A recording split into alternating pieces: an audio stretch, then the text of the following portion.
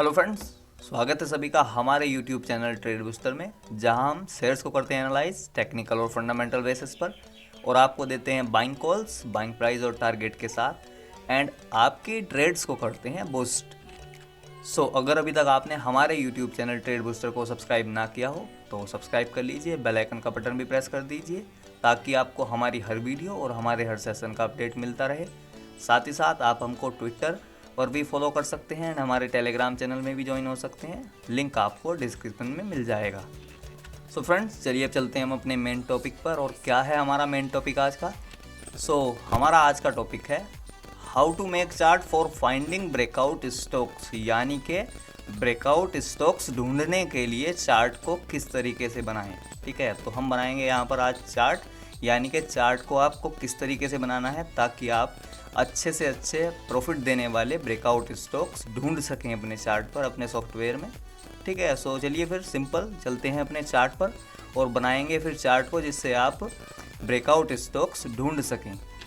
और उम्मीद है कि आज आपके चार्ट से रिलेटेड जितने भी डाउट्स हैं सारे के सारे क्लियर हो जाएंगे। ठीक है, फ्रेंड्स, हम आ चुके हैं अपने चार्ट पर और ये है एक परफेक्ट चार्ट। नहीं, अभी परफेक्ट नहीं है, हम इसको परफेक्ट अभी बनाएंगे। ठीक है, तो चलिए देखते हैं कैसे बनाया जाएगा एक चार्ट को परफेक्ट चार्ट और कैसे ढूंढे जाएंगे इसमें ब्रेकआउट स्टॉक्स। ठीक है, सबसे पहले आपको बता दें, ये जो आपके सामने चार्ट है ये है लाइन चार्ट। ठीक है, सबसे पहले हमको करना होगा इसको कैंडलस्टिक, क्योंकि हम ज़्यादातर ट्रेड करते हैं कैंडलस्टिक पर ही, और तो फिर कर लेते हैं इसको हम कैंडलस्टिक। ठीक है, तो ये हुआ हमारा कैंडलस्टिक। अब आपके मन में एक क्वेश्चन होगा कि ये जो कैंडल्स हैं इनको कितने टाइम फ्रेम का बनाना है। ठीक है, तो हम जो बनाते हैं इनको हम बनाते हैं डेली कैंडलस्टिक पर ट्रेड करते हैं हम, डेली कैंडलस्टिक पर।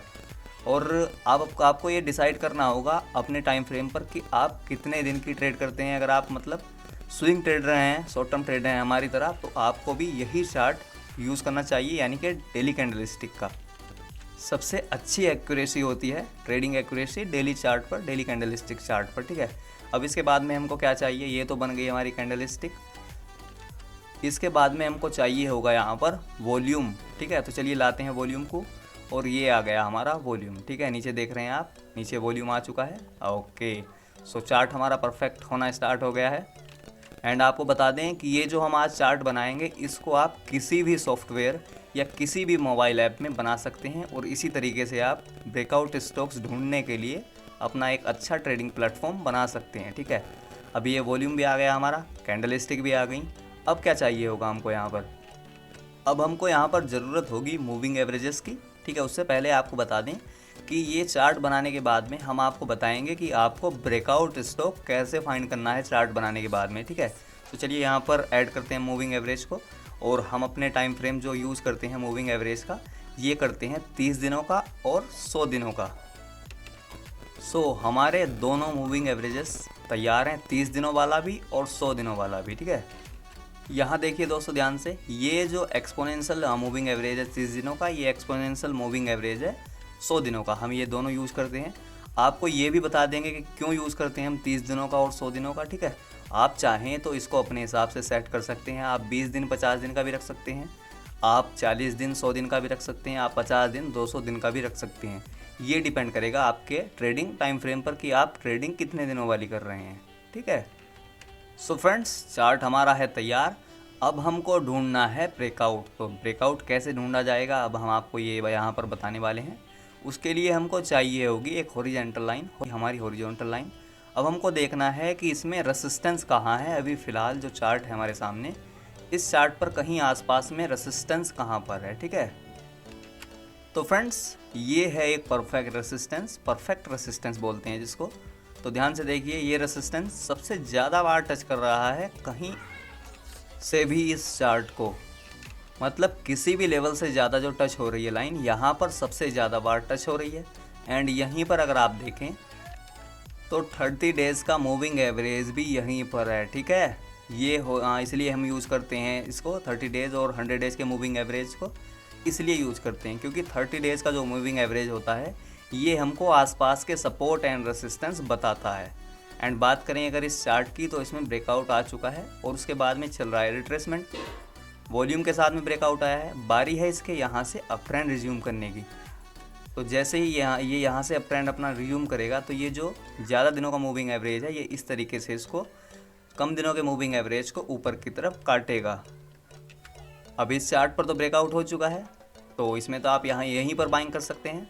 हम बात करेंगे किसी ऐसे चार्ट की जहां पर ब्रेकआउट के लिए रेडी हो रहा है। और कुछ मेंबर्स कहते हैं कि ये जो हॉरिजॉन्टल लाइन लगी हुई होती है इसको आप खुद लगाते हो या लगी हुई होती हैं। दरअसल ये हम सारी लाइनें खुद लगाते हैं, सपोर्ट एंड रेसिस्टेंस लाइनें, ठीक है। ये लगी लगाई नहीं आती यहाँ पर। तो चलिए कोई ऐसा चार्ट लेकर आते हैं जिसमें अभी ब्रेकआउट नहीं हुआ है। सो फ्रेंड्स, आपके सामने चार्ट है HSCL यानी कि हिमाद्री स्पेशलिटी केमिकल लिमिटेड। तो इस चार्ट पर हम ढूंढेंगे कि ब्रेकआउट के लेवल कहाँ हैं। अब अगर मूविंग एवरेज की बात करें तो मूविंग एवरेज तो चार्ट के नीचे है। तो जब कोई स्टॉक अप ट्रेंड में होता है, जैसे ये ऊपर जा रहा है, तो यहाँ पर ये आपको रेसिस्टेंस नहीं बताएगा, ये आपको बताएगा सपोर्ट।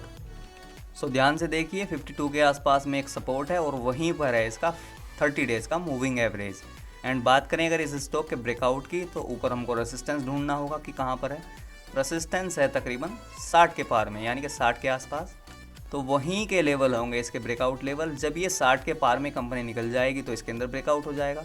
अब मान लीजिए कि आपको अलर्ट रहना हो कि ये कंपनी 60 के पार में निकले और मैं इसके अंदर बाइंग कर लूँ, तो हर किसी सॉफ्टवेयर में और हर किसी ऐप में एक ऑप्शन होता है अलर्ट लगाने का, ठीक है। ये जैसे यहाँ पर ऑप्शन है, तो हम यहाँ पर इसमें अलर्ट लगा सकते हैं 60 के पार में। जैसे हम लगा सकते हैं 62 की इसमें अलर्ट, कि जब ये कंपनी 62 पर आएगी तो हमको इसमें अलर्ट मिल जाएगी। जैसे ही हमको अलर्ट मिलेगी तो हम उठाकर इसमें बाइंग कर लेंगे। ये सिंपल तरीका होता है ब्रेकआउट बाइंग करने का, ठीक है। सो फ्रेंड्स, इस तरीके से बनाते हैं चार्ट को और इस तरीके से ढूंढते हैं ब्रेकआउट स्टॉक्स को, ठीक है। सो ये था हमारा आज का वीडियो। वीडियो अगर अच्छा लगा हो तो लाइक ज़रूर करना, लाइक शेयर सब्सक्राइब भी ज़रूर कर देना।